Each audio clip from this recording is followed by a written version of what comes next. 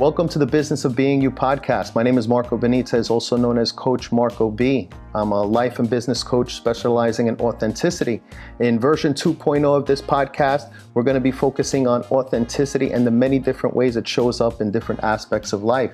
Today's conversation is just that. We're going to talk about conversations. I have with me Louis Melendez.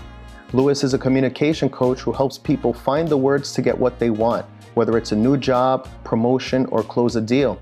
After selling $5 million in digital ads at Yelp and raising over $4 million for nonprofits at Charity Buzz, Louis founded Have Better Conversations to teach others how to successfully negotiate and communicate in their professional and personal lives.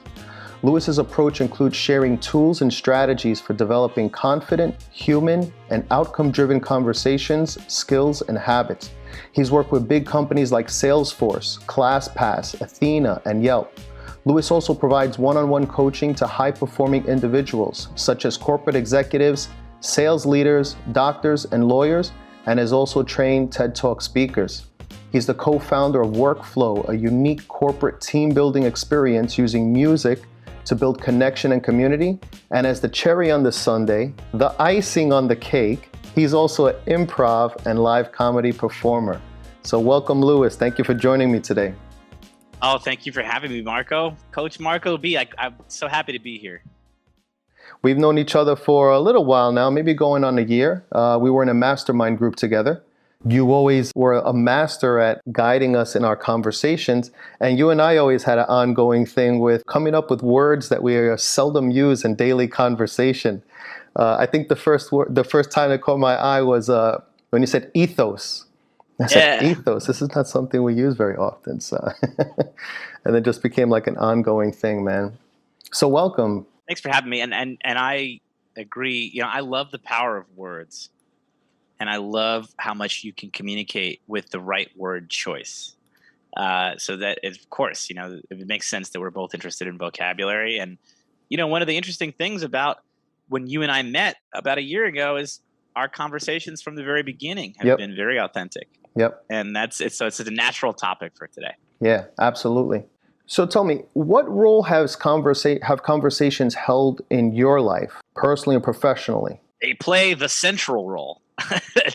They are the center of my universe. I mean, my business is, as you mentioned in the intro, Have Better Conversations all day, every day. I help people find the words they need to get the job raised, to close a deal, to navigate an obstacle in their relationship, to be a more effective salesperson. They all come back to the same core foundational skills. You know, if I were to write a book about an autobiography, let's say, it might be called like The Gift of Gab, right? I've been running my yap since I was a kid, and I really enjoy connecting with people, making sure that they feel heard, and also advocating for myself. And I think that conversations have been the tool, the mechanism by which I have found greater professional success, personal success, whether that's been as a salesperson, as an account manager, as a personal assistant. I've held a number of different roles. Communicating effectively and clearly is at the center of all of it. Right, right. Were you always good at conversations, or was there a time where you were timid? And, you know, I've never known that side of you. I've always seen you once you've been kind of in your zone. You know, was there ever a pre-conversation Louis? Maybe when I was like really young, you know, I remember as a child being a bit precocious and a bit serious. But in fact, as I turned into a teenager, I sort of saw, hey, what are the stakes are so low? The stakes are so low so often. We can put ourselves out there. We can crack a joke and no one laughs. And that's okay, right? We can put our foot in our mouth. And yeah, you know, there might be some consequences. But like the stakes are often so low in terms of volunteering one's authentic self. Right. And just like being whoever you want to be. That I quickly found that voice and that piece of myself as like a teenager, I would say. And I haven't looked back. I started doing stand-up comedy and improv comedy when I was like 16. And that, I think, really opened the floodgates to putting myself out there, getting on stage, and being up in front of crowds. Right. So the focus on the of my work that I do is authenticity, and I always try and relate it to the different aspects of life. And how important would you say that authenticity is in conversations? It's interesting. I'd like to say that it's very important. It should be important, Right, right? When we want to really foster meaningful human connection, and we want to create or recreate that feeling of like, wow, that person really understood me, or wow, that person really sees the universe in the way that I see the universe, right? That feeling when we see ourselves in the words of someone else. I think that really only happens when we're communicating authentically. right, right, And when we communicate with inauthenticity, when we're faking it, right. people can smell that. We can taste it. We can hear it. We know what that sounds like, and we're quick to dismiss it. People shut down. People dismiss inauthenticity. So authenticity buys us real estate Yeah, in the mind's eye of the listener, right? yeah, It gets us in the door, and they say, you know what? Okay, let this person in. Let me hear what they have to say. yeah. Absolutely, absolutely. It's funny because recently I've had to have conversations with car dealers. Not authentic. It's so scripted. It puts me in a bad mood. It's always put me in a bad mood. Like I hate salespeople. Like I hate people being salesy. And you already know that my background is in healthcare, and so when I used to work in the medical office, the pharmaceutical reps would come by, and sometimes they were very pitchy. They're very pitchy, and they try and it's just very clear that they have an agenda, which is their job. I get it. But there were some reps that would come by where they would be very effective at just keeping their product top of mind just because they were very natural and very Mm. comfortable. It didn't seem like they were scripted. But yeah, you're absolutely correct. People who approach conversations and pretty much anything in life with inauthenticity, you can spot it a mile away. So what would you say is the anatomy of a good conversation or a conversation in general? Mm. What immediately comes to mind when you ask that question is a quote from George Bernard Shaw. He says, "The greatest illusion of effective communication is that it took place in the first place." Right? Mm, That I think a lot of the time people don't even stop to think or wonder, is the other party hearing me? Does the other person actually feel heard, seen in this conversation? We're right. so quick to go to me, me, me, me, me, Yeah. right? And so often I think people just say their piece and essentially check out from the conversation at that point. And what does that do? That drives down authenticity, because when people don't feel like they're being heard, or they don't feel like they're seen in a conversation, well, they don't show up as their full selves. And that's what so often is happening. People feel like they're in these empty, performative conversations because they are. Right. because neither party is really has skin in the game in the conversation, right? What do Right. I mean when I say skin in the game? I mean that they feel like they're invested in the outcome, Mm, that the end point that we're driving towards in this conversation, it requires both of us. right. So often people just sort of filibuster, you know, Right. Right. and then that's it. And it's like, okay, well, yeah, it's not going to be a very authentic conversation if that's the Right. case. It's funny you mention that because in so much advice that you hear about people with just successful businesses, you'll hear the people who are in the upper echelon of business, they all say you have to focus on giving. You give, you give. And you mentioned something very similar in that it can't be one-sided intention with the conversation. The conversation has to be a flow that moves in both ways. Um, there's a book by Adam Grant, very popular book, Give and Take, or is it Givers Yeah, and I have not Takers? read it. I've heard a lot about it. Yeah, and he basically, the gist of it is people that give tend to be more successful. People that give tend to be um, better received. They tend to be better leaders. People will follow them more.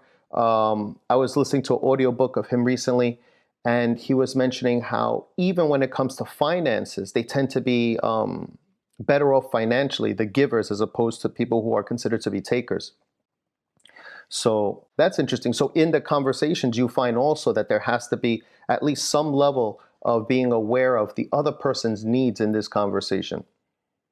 Yeah, it's one of the things that I teach in sales training. There's actually a lot of data on this. This is not just my opinion or some observation. In fact, if you're familiar with um, the conversation recording tool called No, Gong.io, they're a never heard huge of it. company in the sales world. You can have your sales reps, all your conversations can get recorded, right? Mm, So what's beautiful about this in the age of big data and machine learning is you can interpolate, you can synthesize that data quite quickly. You can draw conclusions at meta levels that we've never been able to before, right? When looking at conversations. So one of the things Gong did is they looked at 26,000 sales calls. They ran them through this thing. They came up with a lot of different takeaways, but the one I think is relevant for right now is they found that literally every 10%, maybe it was 15%, that a sales rep spoke less, meaning they gave more space in the conversation for their prospect to speak, they were in a higher performance quartile.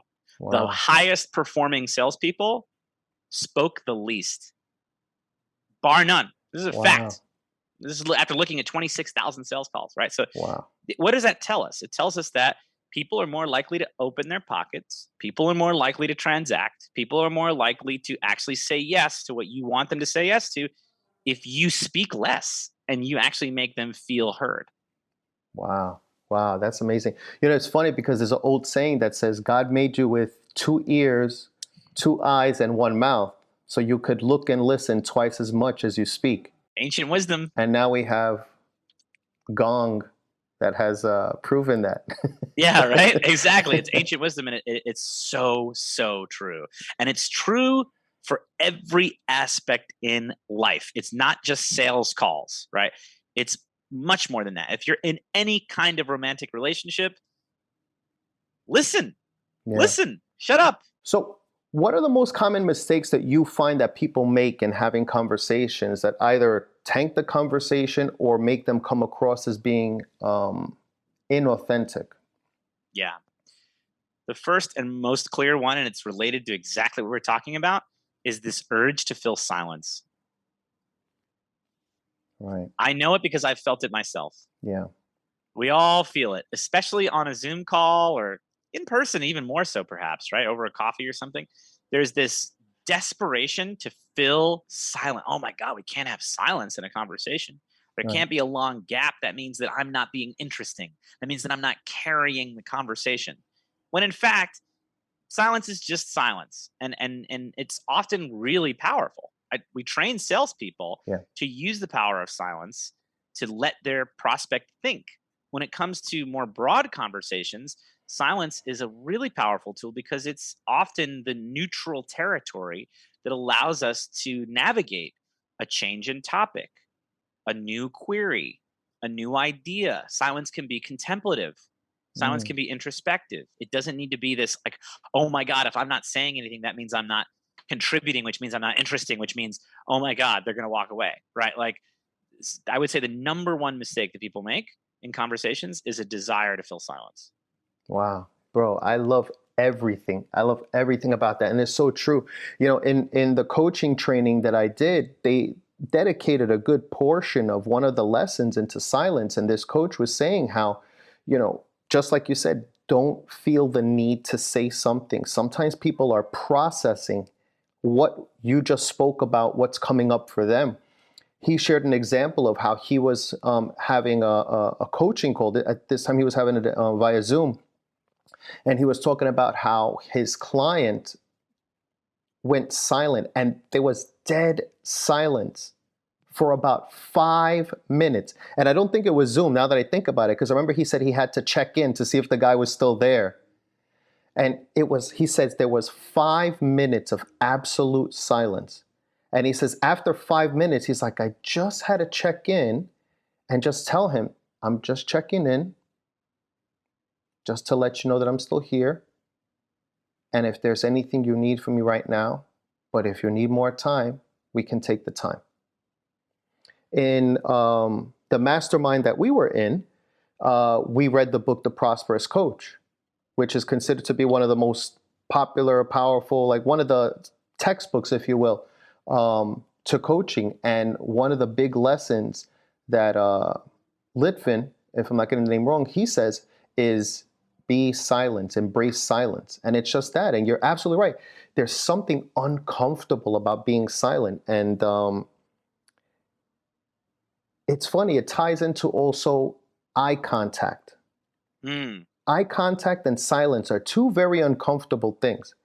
I mean, we've talked outside of here. We grew up in the hood, you know. I mean, I grew up in, South Queens, and I think, what'd you say you grew up in? East New York, Brooklyn. Yeah, East New York. So, prolonged eye contact, as in the primate world, is considered, a threat. You have eye contact for too long, you must now either avert your gaze or provide some gesture of submission, where I think the monkeys go like. Right. There's a clip, maybe you've seen it. There's a clip that's been going around the internet recently of a guy who's a zookeeper, and he's making eye contact with a lion. Oh. And after like 5 seconds, the lion's like, "What's up?" Wow. Like, and it's all over him. Yeah. And it's just like, dude, what are you doing, man? Yeah. Yeah, I've seen quite a few of those nature shows, and they're very particular, especially with the primates. Like, look down, don't make eye contact, especially with the gorillas. Don't look them directly in the eye. You stare them in the eye, and it's considered to be confrontational. But I find like it's very similar in that, one of the exercises I intend to use one day when I have my my workshop all put together is to have this exercise on just eye contact. Just silence and eye contact. And I've seen this done before, and the result was powerful, and I don't know if you've ever had that opportunity of just sitting in silence and just looking at someone in their eyes. And there's something there. When I saw this example done one time, there were people that began just crying, like no voice, no words, nothing was said. It was just tears started flowing. And when they explained later on, they said they felt exposed. They felt exposed, Why is that? Why do you think that we're so avert to silence? Is it just a Western thing, or you think it's a human thing? It's a good question. I don't know if I can confidently comment outside of my life experience, and that's largely in the Western world. I would say that there's it's our insecurity. I would say it's largely driven by insecurity. There is a prevailing feeling in our culture that if you're not stepping up to fill that silence, if you're not contributing something, then you're therefore dumb or boring, or you don't have anything good to say, or whatever, right? We live in a world now where it's expected for you to share your opinion. You're supposed to be on Twitter. You're supposed to be mad about something. Right. And I think that it creates a culture of like, I gotta share, I gotta speak, I gotta say something. Right. That's interesting. It's funny, though, that even though we try and fill the silence, conversations are intimidating. And, it said that public speaking is considered to be one of the most common fears. I read something once that said the number one fear that people have is public speaking. The second is the dentist. And then the third is death, which essentially suggests that people would rather die than speak in public or go to the dentist. Would you say that conversation places in one of the higher rungs, the top fears that people have? Maybe not all conversations, but certainly self-advocacy. I would say it's more specific than just conversations. It's self-advocacy. Right. People are very nervous and loath to advocate for themselves. Whether it's expressing an opinion, whether it's making a request, whether it's trying to get someone to see the world the way that you see the world, people really chafe at that. It's one of the number one, probably it's not one of, it's the number one topic that I coach around. What does it look like? It often sounds something like, I just don't feel comfortable bragging about myself. I don't feel comfortable talking about my accomplishments. I'm not an expert on this. I don't want to come across as a know-it-all, right? And it's like, yeah, of course not. No one wants to come across as a know-it-all. But there's a big distance between being a know-it-all and simply advocating for oneself and expressing an opinion on something or describing one's belief on a topic, right? Right. Yeah.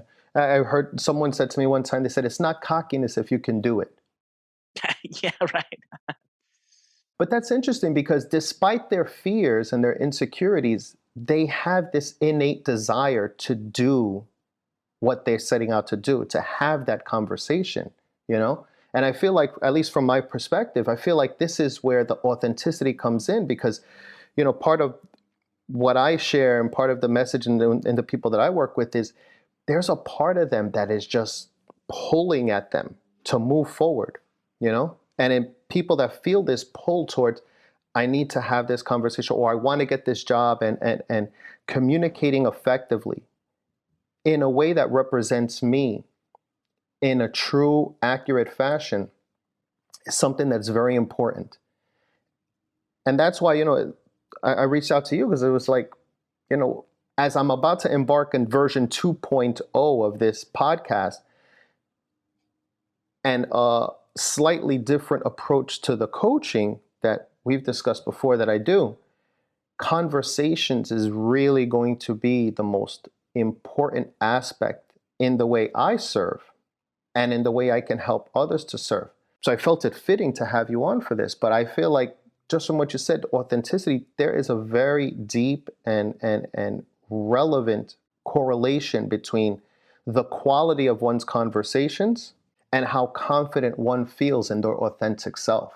Absolutely. And they feed one another. It's a little self-perpetuating thing. And what do I mean by that? It comes back to the narratives that we construct. We all walk around with a million narratives bouncing around in our heads in terms of how we make sense of the world, how we make sense of other people, and what narratives and stories we tell about ourselves. Mm. And when we carry those narratives into conversations, they dictate how the conversations go, right? So a lot of people tell themselves a narrative, for example, I am not a good public speaker. This is a narrative that many people have constructed for themselves. Right. Perhaps they're not, Yeah. right? But there's a difference between, yeah, one time I tried public speaking and it didn't go that well, and I am not a public speaker, right? One is an identity, another is just something that happened, right? Yeah. And so often people create these identities Yep. tied to a narrative, and then that ends up informing how they communicate and how they interface with the external world. Right, right. Those I am statements are extremely powerful. They're extremely powerful. With my kids, I try and teach them also the power of their words. And part of it was the I am, the other one is the I can't. Mm-hmm. So don't say I can't. I don't want to hear you saying I can't. I want you to hear you say, how can I? How can I? So for the person that wants to have these better conversations and your experience as a conversation coach, what would you say are like the top 3 things that you would say, that you would advise someone to have an authentic conversation? Yeah. One is, this is the simplest one. Keep it simple. Right. Keep it brief. Less is more. Volunteer a small piece of yourself and let other people react. Let them ask you follow-up questions. Let them come into the conversation with you instead of upfront all the things you want to tell the world about yourself, all the opinions you have. You're about to have a conversation about Tamagotchi, and you're a really intense Tamagotchi nerd, and you have them all, and it's like, yeah, I get it. Just talk about one. Talk about your favorite Tamagotchi. Don't tell us about your whole collection. Right? It's a silly example, but you understand what I'm saying, right? Nope, People so often I get it. You're excited. Choose one piece and start there. So that's my first tip is keep it simple. Right. Less is more. My second tip is ask questions. Be curious. You will learn more about yourself by learning more about others. You will learn more about what the other person needs, wants, hopes, expects, etc., by asking them questions than by talking at them. This is what one of your car salesman needed to hear. Yeah. When you were going around to these car lots. Mm-hmm. These car guys, they're so excited and amped to get you into a car that what do they do when you show up? They just talk about the heated seats, and they talk about the power steering, and they talk about the torque, and they talk about all this stuff. None of that may be relevant to you. You're just thinking about, can I fit a car seat in this back seat? Does it have the thing to open the trunk automatically? What's the MPG, right? Whatever your concerns are, right? Right. You're coming in with your concerns. The expert car salesman, the person who's having an authentic, effective sale, they're hanging back. They're listening. They're asking you questions. They want to know how you're going to use the car. They want to know how often you're going to drive it. They want to know the use cases for when you're going to use it. Right. How big is your family, etc. Right? They're going to sit back. They're going to listen. They're going to notate, and then they're going to make a competent recommendation. Right. And that is a perfect allegory for authentic conversations in general. Right? The next time you're interacting with somebody and you want something from them, are you just going to talk at them and tell them all the 175 ways why they should give you the thing that you want? No, it's not effective. Hang back. Shut your mouth. Right. Ask a few questions. Be curious. Let them volunteer information to you. There's a lovely, lovely quote. I want to make sure I attribute this to the right person. Michael Stanier. Michael Stanier is a quote from Michael Stanier. He says, "Stay curious just a little bit longer." I love it so much. Stay curious just a little bit longer. How many times have you met someone recently and you go, I don't like this person. I don't like the way that they act. I don't like the thing they're talking about. I don't like the way that they smell, whatever, right? Yeah. And then we dismiss them. We dismiss them. Right. After 3 seconds, after 5 seconds, after whatever, after one thing, right? Right. If we just stayed curious a little bit longer, you might have learned that you have a shared interest. Right. And I can't tell you how many times, Marco, literally thousands of times in my life, that I've met someone and I'll meet them in a group setting and a number of other people dismiss this person out of hand. I don't blame them necessarily, right? This person said something offensive. They made a tasteless joke. They put their foot in their mouth and they get dismissed. And I'll stay curious for 2 more questions, 5 more minutes. And suddenly we find out that actually we're from the same place. Our mothers know each other. We like the same television show. Right. We both don't like this flavor of food, whatever it is, right? There's shared human connection. We can't get there unless we listen and we stay curious a little bit longer. That's like, those are my 3 tips. Less is more. Right. Be curious.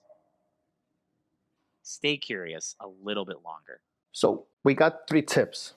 You got someone, they got them, they listen, okay, Louis is my guy. I got my 3 tips. I know what I'm going to do. They walk up to the situation they're going to be at, and all of a sudden they feel this deer in headlights thing coming on. They're about to freeze. What's your thing, your simple hack or trick to kind of get them out of that? Oh man, Marco, this is the $1 million question, right? Because this is one of the top challenges that my clients tell me. Oh yeah, great. Listen, we practiced everything. We did all this stuff, and I just freeze up or I blank out. I go into a fugue state. A lot of people experience this, and I think the first thing is it's okay. That's the first thing I want you to know, is it's okay to freeze up for a moment. Right. Like we said, embrace silence. It's okay to freeze up for a second. Get it out of your head that nobody freezes and everyone else everywhere else is talking perfectly and you're the only one who's freezing. No. Freezing and pausing and feeling a little uncomfortable, it's just a natural part of the human experience and communication. So that's the first thing I'll say. The second thing I'll say is practice. Practice. People don't practice talking. It's funny, right? It's not considered to be something you practice at, right? You'll practice at things that are mechanically inclined. But when it comes to things that are a little bit more abstract, like the conversation, it's not something that people think that it's a thing to do. And it's like, actually, like anything else in life, you gotta practice. What do I mean by practice? I don't mean just sit and talk to a wall, right? I mean that when you have let's call it high stakes conversation coming up. And what do I mean by high stakes? I mean any conversation that you feel invested in the outcome. That's a high stakes conversation. Yeah. That means that you can practice. Practice getting the words out. Right. What does it look like? You want to confront your roommate? What does it look like for you to actually confront them? What does it sound like?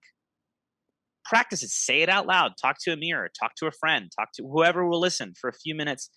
Actually practice it. That's probably one of the most effective ways that you can tamp down on that feeling of I'm frozen. I'm a deer in headlights, because so often what's happening in that moment is you haven't been there before. Right.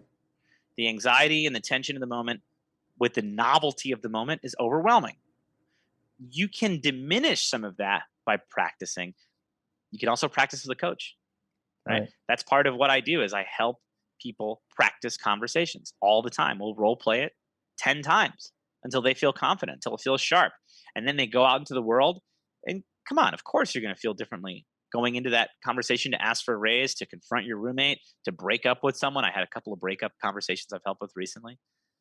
They, if you've done it already, the words have left your mouth at some point, you're going to feel a lot more confident in that moment. And it seems to me that the practice does not necessarily have to be something identical to what you're planning on speaking about. It seems like the practice is more so in just becoming comfortable with sharing what's inside and bringing it out and allowing that back and forth. Would you agree? Yes, I would totally agree. And to put it to one word, it's vulnerability. Mm, That's what you're describing. right. That feeling that people get when they're frozen in place and it's like, oh my God, I can't get a word out right now. It's because now they're like, wait a second, I got to be vulnerable. And that can be like a splash of cold water, right? And then Yeah. you freeze.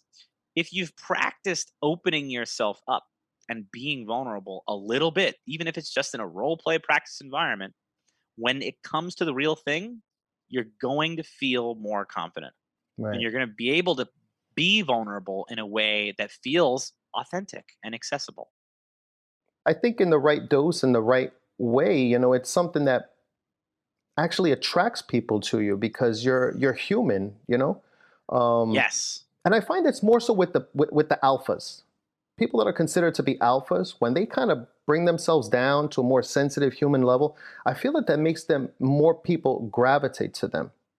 Absolutely. And what you're describing in another word is authenticity. Yeah. Vulnerability is at the heart of authenticity because it requires offering oneself up in a real and exposed way for us to connect. That's why we love certain musicians, Mm, right? Because they exude a certain vulnerability in their lyrics, in their persona, in their music. What do we call that? We call that like raw music, right. right? When we listen to the music and we can hear the heartbreak in the singer's voice, that is vulnerability. Yeah. And that is a form of authenticity. Are there any conversations that stand out to you, like that you would consider, man, this is one of the best conversations I ever had, or even on the other end of the spectrum, and like this was one of the worst conversations I ever had? I mean, certainly, of course, I'm a human being like everyone else. And my mind, when you ask me that, goes to all the failed job interviews I've ever been in. Hmm. Right? All the times I went into a room and trying to sell myself, advocate for myself, and nobody was buying. Pimping ain't I easy, think, man. Pimping ain't yeah, easy. right. I think man, you really want to go rough conversations. I consider any live performance, any comedy I've done as a type of conversation. Hmm, It's a conversation with the audience. right. And I've performed in rooms with there's two people in the crowd. Wow. I Yeah. did a show at Broadway Comedy Club. It's in Manhattan, old school venue. I think there might have been, yeah, two people in the audience. I'm on stage. They introduce me. There's some Yeah. lights, whatever. Two people in the audience, right? That was rough. I Right. remember feeling like, oh man. But then I just played to those two people. I Right. had fun with it.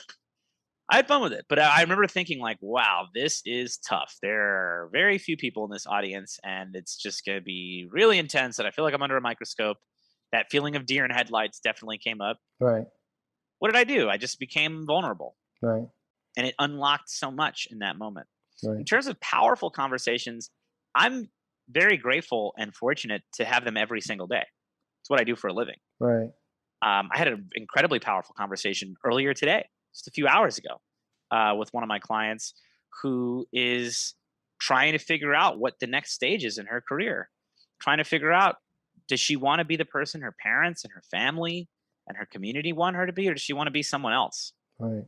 And so we've been digging through that and really getting into a lot of issues around vulnerability, around authenticity. Mm. Super, super relevant to this conversation today.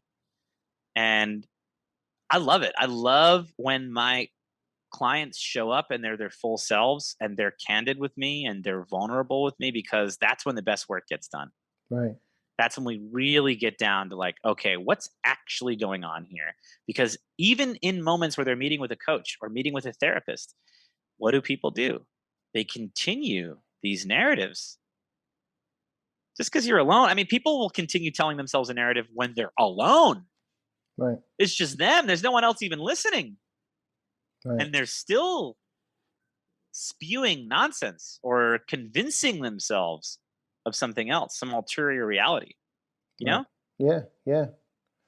So if someone is in one of these situations where like this conversation is going down it's spiraling, down the toilet, is there anything that you find that will salvage it? I guess more so for the person that kind of is leading the conversation or that initiated the conversation. Is there anything you find that can salvage a conversation? Yeah, all the time. I love the power of the intentional check-in Hmm. where hey, listen, I don't get the sense that this conversation is going the way that either of us expected. Right. Very, very powerful. The tone, your tone and your delivery really matters here. Yeah. But I can't tell you how many sales I have made over the years where the first 20 minutes, wow, this person's not buying. It's not going well. They're asking lots of questions. They're poking holes. It's not good. And I'll actually just say, hey, listen, I don't get the sense that we're on the same page here.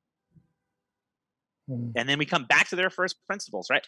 What exactly did you told me you wanted to accomplish XYZ, Right. right? Having that reset, it can be uncomfortable, that pivot moment, Yeah.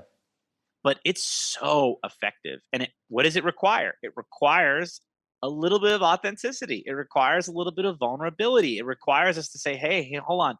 Let's not continue along this performative track where we're both going to smile and nod and both go away unhappy. Let's actually acknowledge that this conversation's not going in the direction that either of us intended. And let's pause right here. Do you want to continue? Okay, you want to continue the conversation. So tell me, where am I missing you? How am I misunderstanding you? It's so powerful to give somebody that space Right. and signal to them that you're actually trying to hear them and not just interested in what you want to say. So keep it simple. Be curious. Stay curious. Embrace silence. Don't fear it. And above all, be authentic. Be yourself. And be open to the possibility that your authentic self may not always blend with the person you're trying to converse with. You're not going to win them all, just like you're not going to win every sales conversation in meeting new people. You're not always going to, jive. You're not always going to connect with that person. Be open to that possibility that agree to disagree and walk different ways. Yeah, that's one of the keys to authenticity. Is it's not being authentic doesn't mean that I am being vulnerable and being myself only when it's convenient, or only when it's going to work out well for me, or only when there's money at the end of it, right? Right. It means that I'm just being myself because that's who I am. I am what I am, right? Yeah. That's what Popeye taught us. Yeah.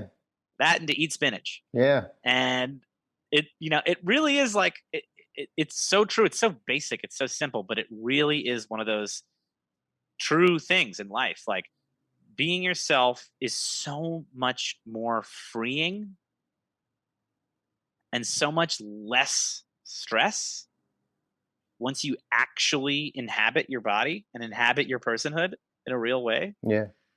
It's so much less stressful. Yeah. So we've been talking back and forth a lot about authenticity.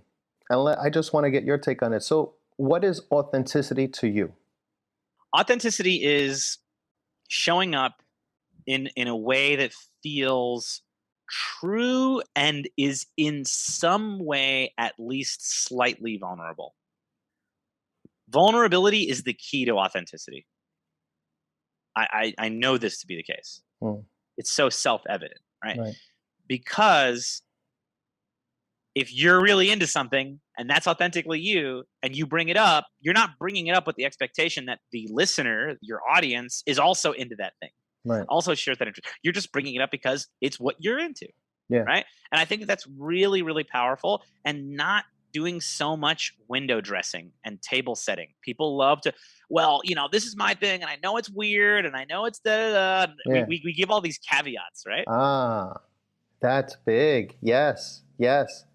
That's a very common thing in the Insecure. They preface it. They preface it. Yes. And you can, this goes back to what we were talking about in terms of the prep work, and then you get in the situation, just like all of the confidence, like instantaneously fizzles. You're like, oh crap, I got to salvage. You're like, I know this is going to sound dumb, but I'm just thinking out loud here, but and then they kind of like, oh, table setting. I like the way you said that. Of course, The Louis. negative caveats. It's awful. Think about powerful, effective speakers that you can think of in your life, whether it's a parent, whether it's a politician. Right? I think of Barack Obama. The guy's an incredible speaker. Yeah. He's so good. And do you think he's ever prefacing what he's saying with like, I know this might sound stupid, but? Yeah. And it's funny because I was thinking about that, because I catch myself in the same situation sometimes as well. And I've become very observant to these people who are considered to be masters in their field, or people who are very high up and highly respected. And they just speak. Like Oprah. She doesn't preface anything. She just speaks. And I've been watching some videos and stuff because I'm trying to learn her presence and just people in general. But I was watching some videos and she just walks in and she's just there. She's just, I'm just me. And people are like, oh my God, Oprah, it's so nice to meet you. She's like, yeah. Oprah is a perfect example. Yeah. If you could go back in time and talk to your 14-year-old self, what would you tell 14-year-old Louis? Oh, man. What would I tell 14-year-old Louis? Buy Bitcoin. There's going to be this thing called NFTs coming out soon, and I don't know. Just get some money into it early, okay? And then get out. Seriously, what would I tell 14-year-old me? Honestly, Yeah. this is going to sound kind of funny coming from me, but I would say get started even earlier. Get out on stage even earlier. Get yourself out there. Make even more mistakes earlier. Right. Because every single time I've fallen on my face, and I have fallen on my face many times, I have been fired from jobs. I have been performed to empty rooms. I've performed to full rooms and no one laughs. Right. You hear a pin drop. Just as painful as an empty room. Right. If not more. And I've learned so much, and it's not more than just I've learned. I can literally trace the growth, my personal growth. Right. At each of these junctures, every time I've failed, I've been able to go back to the drawing board and say, okay, interesting. Take note of that. Not going to try that one again. Right. And I guess, my advice to my 14-year-old self is just like, get out there, move fast, make mistakes, make as many mistakes as you can, man. Just try stuff. Just keep throwing stuff at the wall. You have nothing to lose and everything to gain. Our topic today has been conversations. And for the person who feels that they're called to either have better conversations or to help other people have better conversations, what advice would you give them to take the first steps into following through with that? Yeah, that's a great question. I'll take it in two parts. One, if you're somebody who's thinking about getting into coaching, or you want to help other people in some way, specifically around conversations, the best advice I can give you is just get in there. Just start scheduling these. People will want to chat with you. Go find a Facebook group. Go find people on Craigslist. There's a whole lot of people, especially coming out of the last 2 years. People want to talk. There are people out there that will chew your ear off. No problem. I can see that. If you're actually serious, or you want to start interrogating or investigating this and you want to pursue it, just put yourself out there. Hang a little sign up saying you're willing to listen, and people will be willing to talk. So that's my first advice for anybody looking to get into this. If you're just looking to improve yourself, my advice is similar but different. Get into the habit of practicing, whether it's with a coach, whether it's with a book, whether it's with your mirror. Be intentional and carve out space. Maybe it's 30 minutes a week. Right. That's it. 30 minutes a week. Everyone has that. Right. I don't want to hear that you don't have that. You have that available to yourself, right? Right. So maybe it's you read a book, phenomenal book. I have one book recommendation to this whole thing: Crucial Conversations. Mm. It has like 4 or 5 authors. I don't know all their names, but Crucial Conversations is the Bible, I think, of effective communication. I work with that book with many of my clients. I've read it at least half a dozen times. Wow. I think it's such a pivotal, useful, easy read. Introduces some really great concepts in it. So for people that are interested in working with you or following what you're doing, how do they reach out to you? Love that question. You can find me at havebetterconversations.com. So easy. Go there. You can book time with me there. You can email me there. Havebetterconversations.com. You can also find me on LinkedIn, on Instagram, what have you. But really, find my website. It's so straightforward, and you'll have all the information you need there. Awesome. Louis, thanks so much for being on, brother. It's always nice speaking with you, man. We have a lot of laughs off the Zoom. I'm sure that everyone that watched this is going to now approach conversation in a different light. I definitely learned something new. Thank you for your time and sharing all of your expertise, man. I really appreciate it. Thank you, Marco. The pleasure is all mine. I'm excited to listen to this and listen to all the new episodes that are coming out. This new 2.0 of the podcast. It's really exciting, and thank you for creating this space. And that's our first episode of Season 2, version 2.0 of the Business of Being You podcast. I hope you enjoyed this episode and now feel more confident in having authentic conversations. My name is Marco Benitez, also known as Coach MarcoB, and I'm a life and small business coach specializing in authenticity. I help people and businesses to be authentic confidently so that they can eliminate stress, achieve higher goals, and serve people better. If you want some free resources or coaching around authenticity, just visit me at coachmarcob.com, and that's B like boy. You can also find me on Instagram and Facebook at Coach MarcoB. Thank you for joining me, and remember to mind your business, the business of being you.